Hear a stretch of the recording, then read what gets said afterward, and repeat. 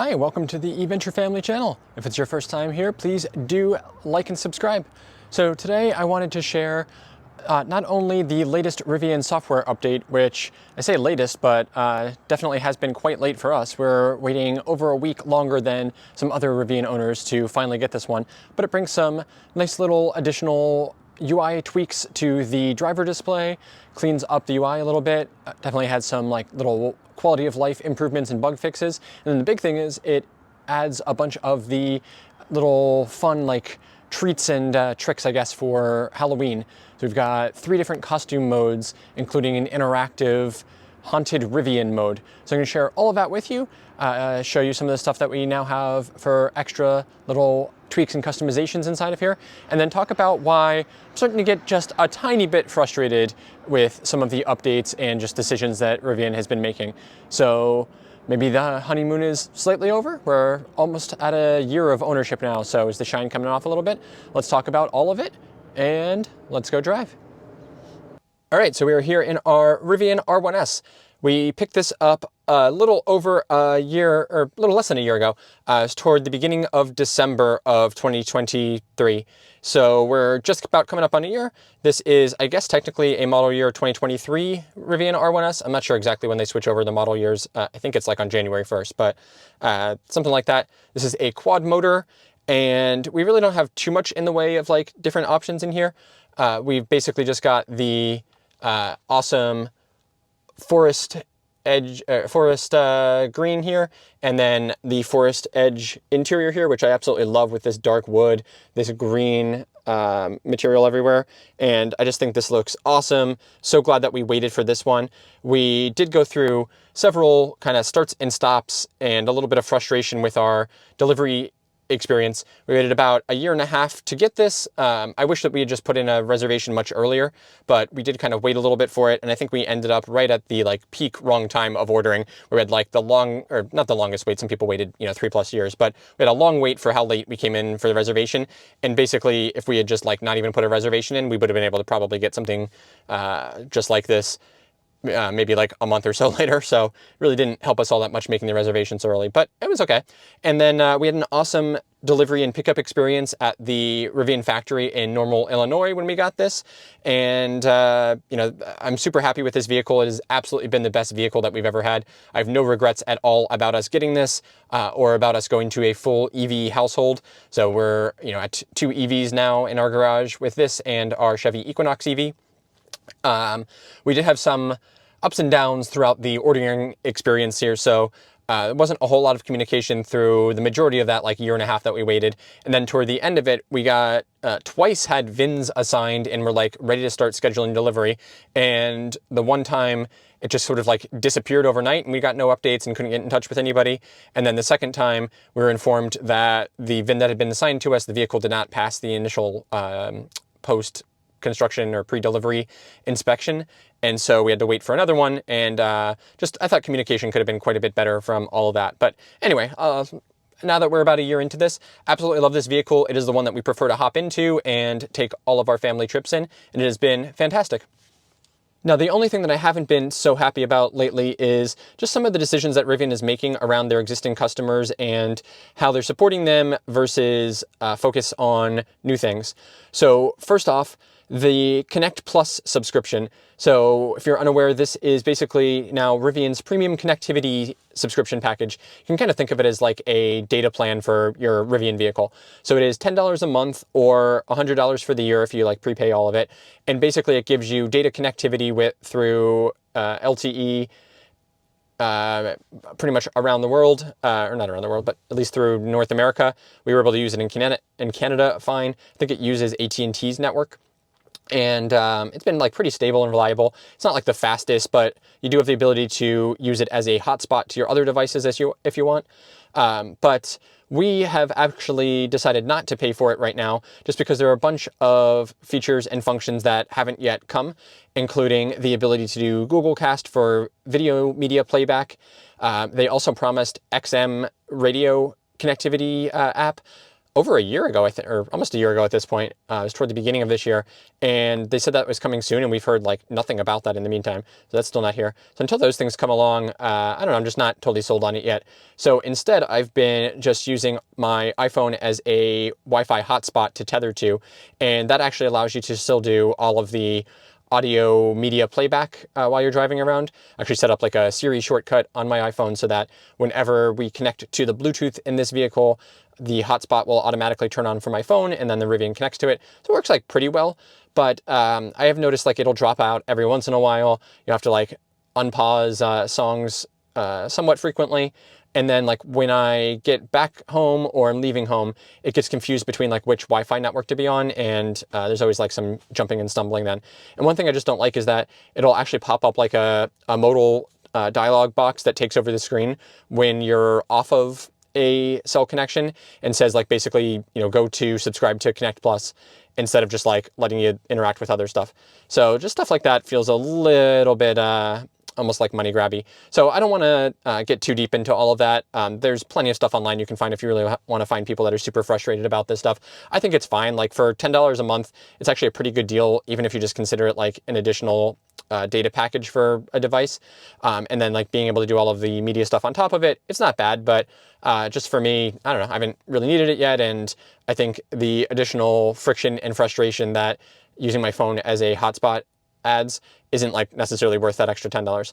However, the one thing that I am getting a little bit frustrated about is that the software updates now are tied to Connect Plus subscriptions. So with Connect Plus, you get in like the first tier of prioritized software updates.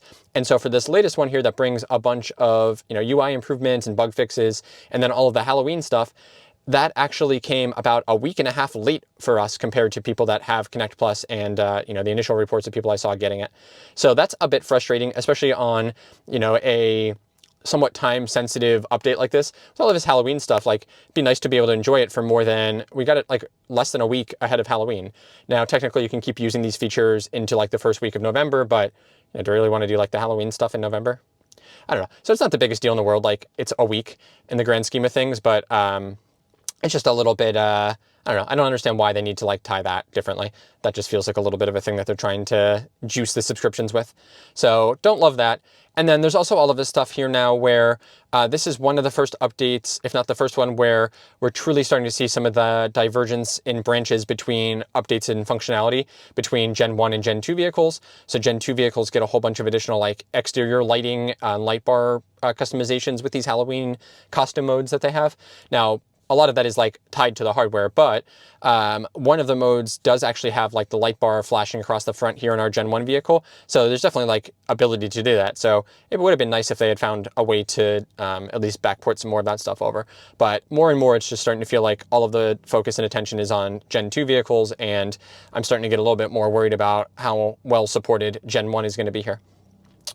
All right, so let's get into the updates that this actually brings. All right, so you can see here we are now on version 2024.39.01. So this brings our Halloween modes. We need to use, interestingly, the Rivian mobile app to pick out the costume for the vehicle. So we'll save that for last. We have different spooky accent lights now, and then different lock sounds for the vehicle. And then look out for some 3D surprises. I think that we've found this is actually some of the visualizations that go here in the driver's screen when there's other vehicles around you. There's like some Halloween themed ones there. I haven't really seen them too much yet, but I've seen some of the fun ones online. There's like a headless horseman for people on bicycles and stuff like that, which is a little bit fun. All right, so we'll do the costumes in a minute. We also have now this slightly changed left panel over here in the driver's screen. So you can see up here, we've got the map that we've always had, but then this upper part, we have our current location. Now this will also dynamically change as you're driving. It will show your next navigation direction when you have a point of interest plugged in to navigate to. It'll also show a compass when you're driving around. So I'll show that in a minute.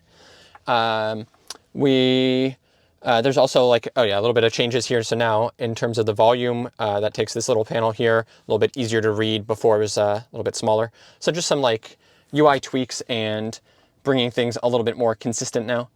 And we now have an automatic front camera and park assist, which is really nice. So in the past, whenever you would switch into reverse here, you would get the camera that automatically pops up here. But now when you're driving forward, it will also pop up if it detects that there's something in front of you.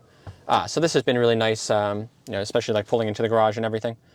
Now we have Dolby Atmos sound in Tidal. I don't really use Tidal, so I haven't tested that at all, but Dolby Atmos definitely sounds really nice in Apple Music and Audible. A whole bunch of bug fixes here, stability for Apple Music, audio playback resumption. I covered this in the last update, but this definitely does seem to be much more stable and better to me now. I don't have to like restart our playback every single time I get in the vehicle anymore, so been really happy about that.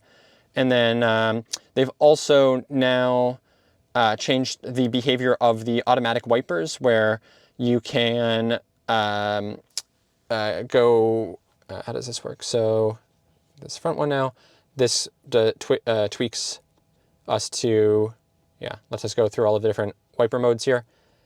I don't really remember how that worked before, but this is different. And then, yeah, just a bunch of different bug fixes here. So I'm not going to read all of these, but you see all of that there. So pretty cool. And the UI updates, I think, are the main kind of non-Halloween thing here.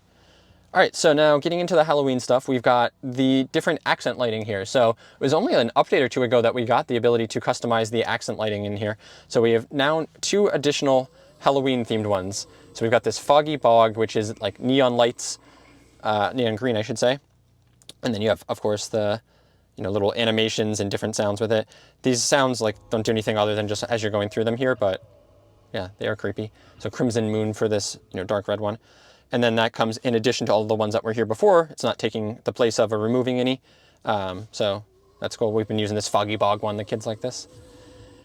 And then the other one that we've got here, access. Yeah, so we have new lock sounds for Halloween. So we have Bluebird, which was always the one here, which is just like a little mountain bluebird chirp. We have an owl, and we did find out that this actually is going to stay after Halloween now due to the popularity of it and people requesting it on Reddit. So that's pretty cool.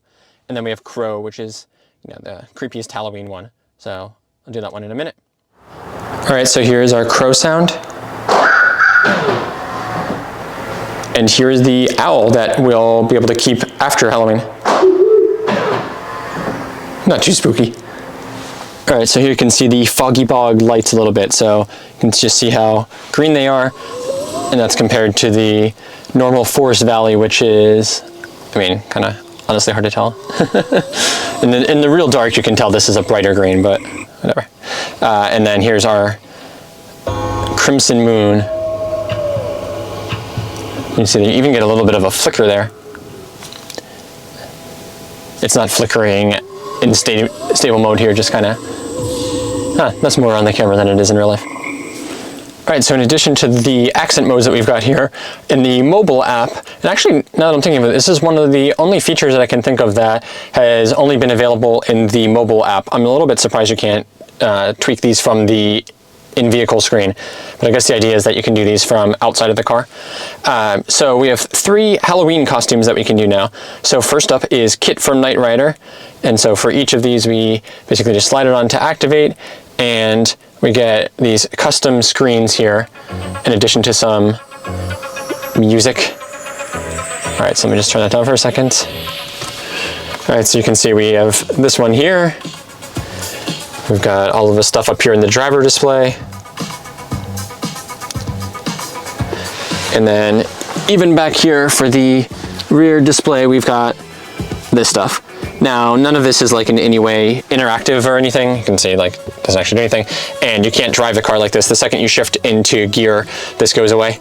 But it is a fun little thing to show off and do while you are parked. All right, so then we've also got the Back to the Future Time Machine costume. Now, I prefer this one just because it's had a bigger effect on me culturally. I love the music too. So of course we've got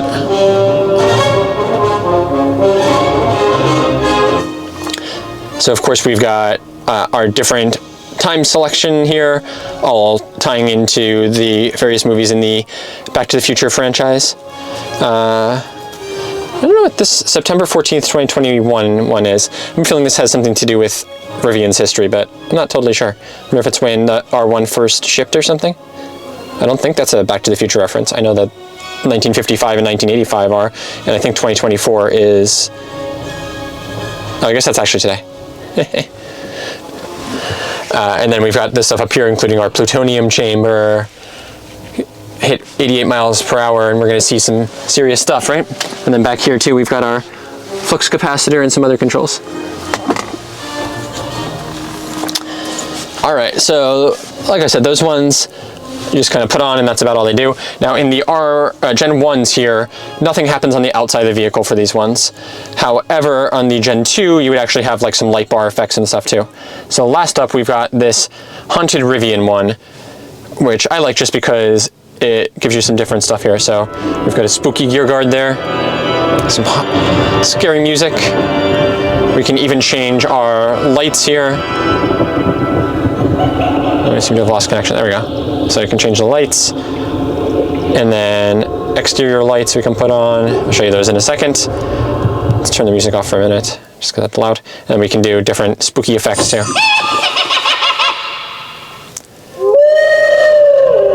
The kids love this one. Yeah, very spooky. So this one would be very fun for like a trunk or treat type of situation. And then we have 3 different types of music here too. It's alive! It's alive! Very spooky. And so again, this one, for all of his stuff here, not only on the main display, but also the driver display. Even our lights over here, you can see are kind of cycling through different colors. And then back here too, we've got some additional spookiness. And then I'll show you just the light bar up here. So kind of pulsing, similar to like when it's charging. And then, I don't remember if the back one does anything. Nope, nothing in the back. Is it? Oh no, sorry, the back one is pulsing too. And that green. All right, so that's all of our latest updates here on our Rivian R1S and the latest software update. So I want to know down below, what do you think? Is Rivian doing the right thing here, focusing on some of these like little fun but gimmicky things like the Halloween modes? Obviously the kids love it, and it's just a nice little like thing that stands out to make the brand a little bit different, and it can add a smile and stuff to your face. But you can tell they put a lot of work into this, and so I would just wonder instead, should they have maybe focused a little bit more on additional bug fixes or speeding up the rate at which they are delivering some of the other big things on the roadmap, like Google Cast support and Sirius XM and things like that, that might actually have a little bit more effect on the overall driving and ownership experience. Let me know what you think. I, for one, would kind of like both, but I do like that Rivian stands out a little bit differently here with some of the Halloween stuff, but I really hope that it is not coming at the expense of some of the other features that I've been waiting for a much longer time now. So let me know what you think. All right, well with that, thanks so much for watching, and we'll see you out there for another electric adventure soon.